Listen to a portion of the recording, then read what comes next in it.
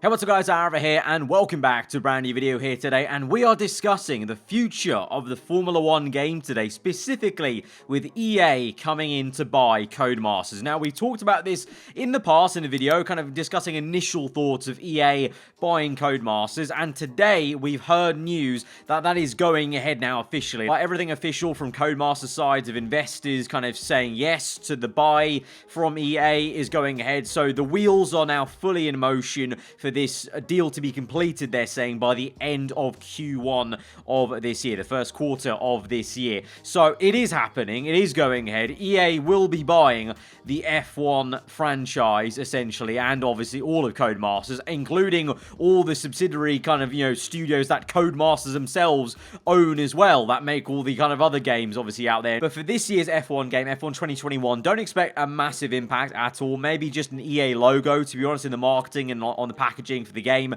because the game's pretty much already been made. We're 60% way through the year game cycle. The foundations have very much been probably laid in that game already, so there's no real major thing they're going to be able to change, really. But from after that, 2022, that is when they can start to make their impact and steer where they want the F1 game to go when it comes to, I don't know, game modes, how much resources go to game modes, what they want to do, how much money they pump in, etc, etc. Now, we've talked about the negatives already plenty. I did that in the initial video when EA was, when we found out EA was going to buy Codemasters, that my initial reaction was a little bit cautious, a little bit worried, and we discussed those worries in depth in that video. So I'll link that in the description and the top comment so you can see that. But today we're talking positives, because I tweeted this out earlier. There's a lot of negativity surrounding the EA buy Cody's deal. Let's flip this switch for a sec. Tweet me what future actual positive F1 game ideas you think could well be possible with EA's backing,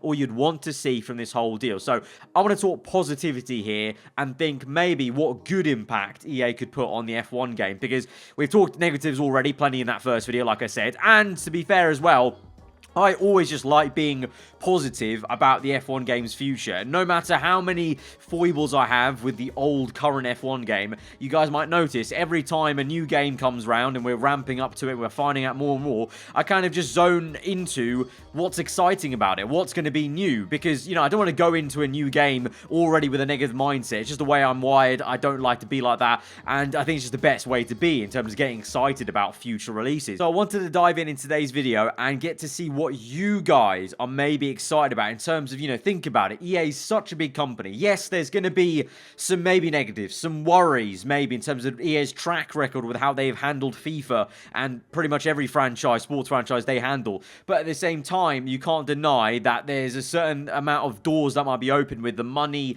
resources, or connections EA have globally, and how big they are, that they can maybe kind of do better negotiations with F1 and their licensing partners for certain things in the game. And they themselves might have ideas of where they want to take the F1 game, and they could maybe go out and, build an extra studio or fund Cody's to actually do those ideas. So let's see what you guys reckon maybe some of those ideas could be, or what you want to see from EA and F1. So we already have a really nice one here at the very top, and I really do agree with this, actually. It's a really good point. Codemasters already took a little step forward towards beginners this year, because obviously they had the casual handling mode, which was really good. I think, for people who are so not used to the F1 game, that mode will be really useful, especially if you've got little small kids also getting into the F1 game, but also just people who have never played F1, they can really get into it. But anyway, I'm sure EA will do a lot more in that field to make it appealing to those who have never played it, to make it as popular as FIFA and NHL's titles. Now, that's a very good point. FIFA and NHL, global brands and sports games. As much as the F1 game has grown through the years,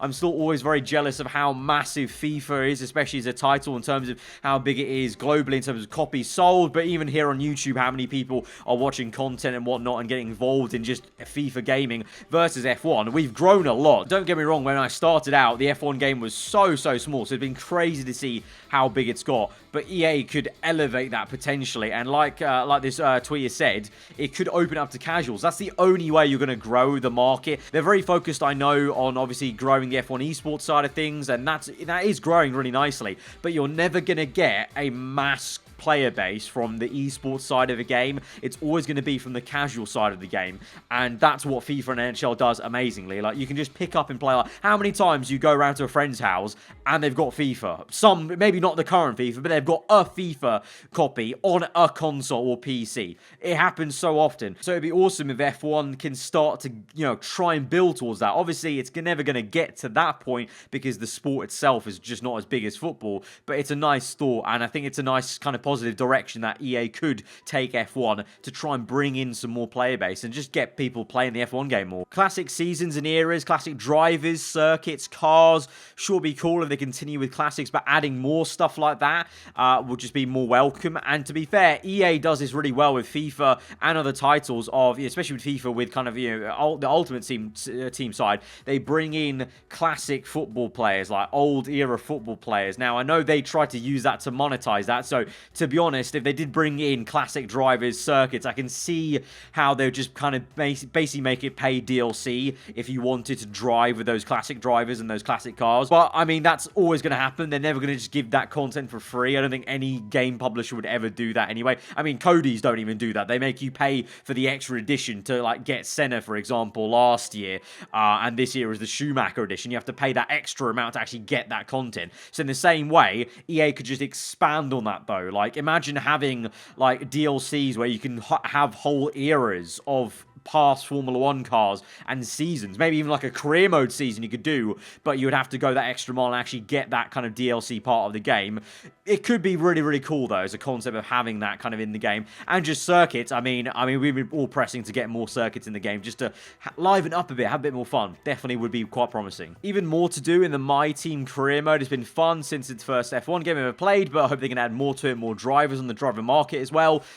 Obviously, EA are no strangers to, knowing how to work a really good market of players. Obviously FIFA, the database is massive for the career mode. So think about a database where they go out and get the resources to, get the team to go out and, space scan like all the drivers in like F2, F3, lower categories even, like your regional formulas and whatnot, and get like a whole market like that. Like stuff like that would be insane. Obviously just going down to those lower tiers as well would be really, really cool. Same line, we've got this really good tweet from Luke Smith, who's a journalist in Formula 1. Full career mode from F3 to F1, it would be awesome. Always love the feel of EA games, minus the microtransactions, so I'm optimistic. Now, having a full career like that would be insane, and I could actually definitely see EA like looking at an F1 franchise and thinking, you know what the next step is? Having a full ladder career mode where you actually build up to F1, because that's a lot of the fun, or was a lot of the fun with FIFA career mode back in the day when people actually played career mode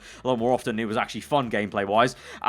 Doing like Road to Glories or building your clubs up the tier system in English football, for example. So it'd be sick to have a full career mode from F3 to F1. They've already got F2 in the game now. Now they just need to work on getting F3 in it, and then also maybe building out a career mode segment with those seasons and with those cars, basically. But he makes a good point as well. There's always a polished, good feel about EA games. I guess maybe the last few have been a little bit hit and miss, but generally EA games do feel quite nice and polished. Graphically, it's always going to step up, and it depends on the engine that Codemasters use. Obviously, Cody's have their own Ego engine, so that kind of determines the graphics of it. But if they were to swap over to one of the engines that EA use, maybe the graphics would definitely take a step up, and visually it would be insane. But yeah, I do agree with Luke. The feel of it has always been quite nice and polished in a sense. But yeah, I mean, the microtransactions, that's always going to be something that will creep in. I mean, they're already here with F1 2020 with the Podium Pass, and as much as I thought the Podium Pass was going to be really cool this year, it really did not deliver. It was very underwhelming. I thought it was going to be really cool with loads of sick content that you'd actually want to use, but a lot of it is just really not that great in terms of the designs and whatnot. So they really need to step that up, but that's maybe something that EA could help them with in terms of actually making better content that they know people want to get from a Podium Pass system. A lot of these tweets are very similar in terms of, bigger budget for career mode stuff and modes like that. So player negotiations on things like FIFA will be brought into the F1 games. They could have ideas that they use in other sports games that they have, and they could just kind of try and apply them to F1. And to be fair, a lot of the times when I'm talking about game ideas that I've thought of, or that we have thought of in previous videos that I've done like that, a lot of them, you know, they're kind of inspired from what we see FIFA doing. Because although as much as I really do herald the F1 career mode as one of the best career modes out there now on a sports title, and very much FIFA career mode is very much taking a nosedive in terms of the quality and the enjoyment you get, there are still a load of features on that career mode that would be sick to have on the F1 game. Equally, people saying manager style career modes are having different kinds of career modes, and obviously EA knows how to do that. But to be fair, Frontier devs are making an F1 manager game for 2022, so I don't know how much they would tap into that side of things if there's already a whole management side coming from a different developer. I don't think F1 would be that interested in trying to get that in the main F1 game if there's already going to be a separate manager game. Better online servers would be a star with EA's big backing. Now, Battlefield has dedicated servers, and I think iContrast actually tweeted me at some point saying something about a kind of, you know, dedicated server where you can, you know, get a server and you can set the track that it's on, the race, and you can set it all up like it is on Battlefield, and then you can just get people to privately be invited to that, or publicly if you want to do an open lobby or whatever like that. But just having dedicated server space where the connection would be so much better, because online, a lot of the kind of like randomness and kind of crapness of F1 online a lot of the time comes from the connection and just the general gameplay aspects of the connectivity. So maybe dedicated servers would be a massive step forward. I know definitely for esports players and the esports scene and league racing, dedicated servers. Imagine having a whole league owning a dedicated server for the F1 game. Like, that would be insane for the league to be able to, you know, manage that so much better and more intricately in that way. Just said this before, the Frostbite engine, obviously that's one of EA's engines they use in game, so everything's destructible, VR support, and proper online play. So that's a good point with the damage model. You know, we've been talking about actually recently about wanting a better physics engine for damage and stuff like that on the cars.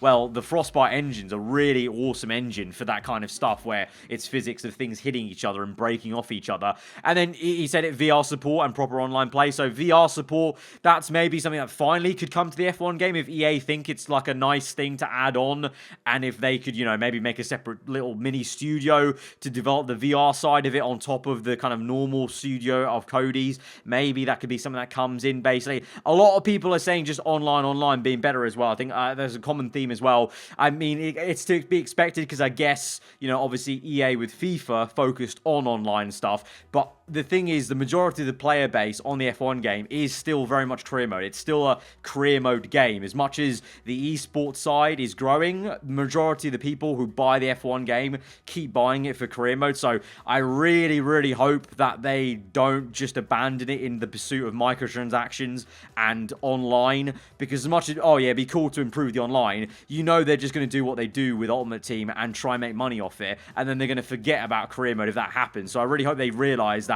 the player base is so hardcore skewed to career mode still, that they try and, you know, still put resources to it. And to that effect, similarly, I've been seeing a lot of people saying like story modes and just adding a lot more to the career mode and that kind of aspect, like we've seen with FIFA. Obviously, I know the journey wasn't that amazing for FIFA, but it was still a sick kind of look into what a storyline could be in a sports game. And can you imagine if they had a normal career mode and then a story career mode? Like, it's only one season long, but they built out a story with cutscenes and stuff like that. It would be pretty sick, I think. In my opinion, at least. I'm going to be biased because I just love stories in games. Some of my favorite games are single-player games with massive stories. So to have like a story arc in my favorite sports game will just be sick. Classic tracks, DLCs, a lot of the same thing. Actual development during the season. That's a good point, actually. As much as Cody's have done quite well with a few patches here and there, if we're being brutally honest, it's the bare minimum that you now expect from game developers, especially when it's a game like F1 where it's constantly evolving.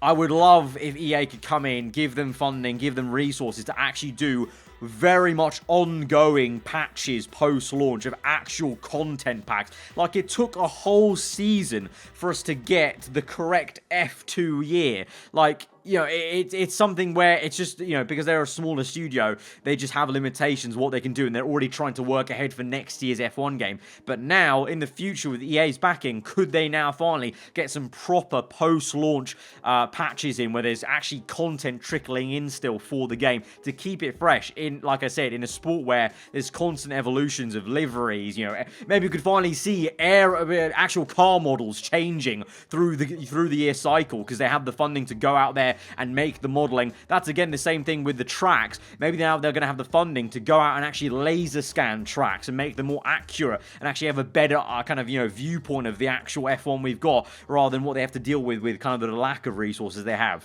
Better design elements, helmets for consoles would be nice. Also, that probably plays onto some of the other things I've seen in terms of just better livery designers as well.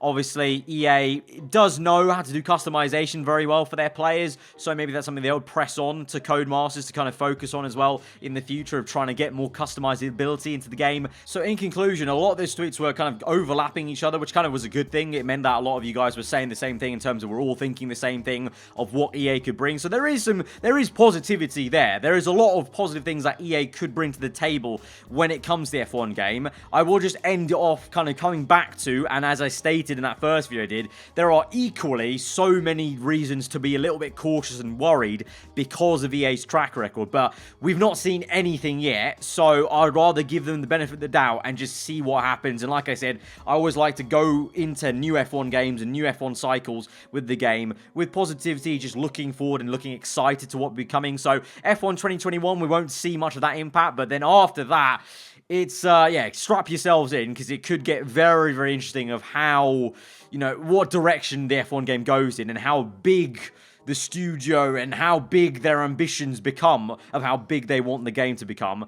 And yes, there might be some bumps in the road, but equally, there's also going to be some good things that come with that as well, hand in hand. So yeah, it's definitely going to be an interesting time, let's say. But I'll keep you guys updated on the kind of whole EA taking over Codemasters process. If there's anything juicier to come out of this, in terms of press releases or news or whatever from if EA are finally going to say anything about what they want to do with the F1 game, then I'll be on it straight away, as you guys know. But if you guys did enjoy this video, just kind of discussing what you directly were thinking on Twitter, then be sure to hit the like button. Let me know what you thought in the comments below. If you're new around here, then do get subscribed for weekly Formula 1 content. I'll see you guys next time. Goodbye.